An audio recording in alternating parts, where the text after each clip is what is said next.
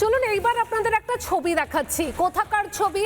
শালমারার দিগলটারি গ্রাম, কোচবিহারের শালমারার দিগলটারি গ্রাম। এই সীমান্তের বিস্তীর্ণ অংশে কোনো কাঁটাতার নেই। ওপারে রয়েছে বাংলাদেশের রংপুর।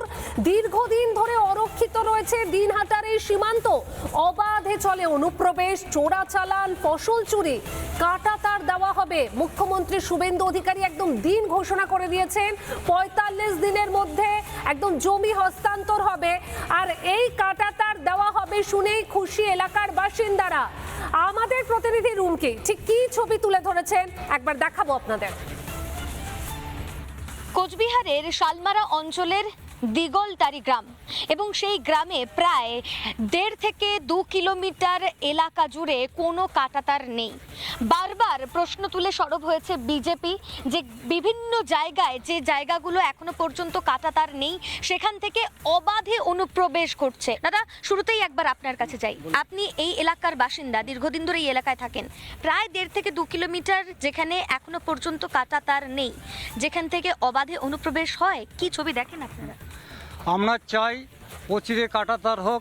বিগত দিনে যে তৃণমূলের সরকার ছিল, জমি না দেওয়ার কারণে আমাদের গ্রামগঞ্জের যে আশেপাশের বর্ডার এলাকার লোক, ওদের অসুবিধা হচ্ছে। বিএসএফ আমাদের প্রতিশ্রুতি দিছে এবং আমাদের প্রচুর সাহায্য করছে। আমরা অচিরে চাই কাঁটাতারের জমি আমরা সবাই দেবো। কাঁটাতার হলে কোনো সমস্যা হবে না। এখান থেকে ফাঁকা ১.৫ থেকে ২ কিলোমিটার এরিয়া, এই দিক দিয়ে গরু পাচার থেকে শুরু করে একদম মানুষ পাচার সব কিছুই হয়। আমরা চাই যাতে কাঁটাতার হয়, শান্তি শৃঙ্খলায় আমরাগুলো থাকতে পারি, কোনো অসুবিধা আমাদের না হয়। কেন্দ্রীয় সরকারের তরফ থেকে হোক যে জমি দিতে ওই এলাকায় আপনার কাঁটাতার দিতে চাই, কিন্তু তৃণমূল সরকার সেটা দেয়নি। তার জন্য আপনাদের কি কি সমস্যার সম্মুখীন হয়েছে? আপনার তো জমি রয়েছে ওই এলাকায়, কি সমস্যা হয়েছে? অনেক সমস্যা হচ্ছে। যেমন ধরো ওইখানে আমার জমিন আছে, বাংলাদেশের জমিনের সাথে একদম লাগালাগি জমিন।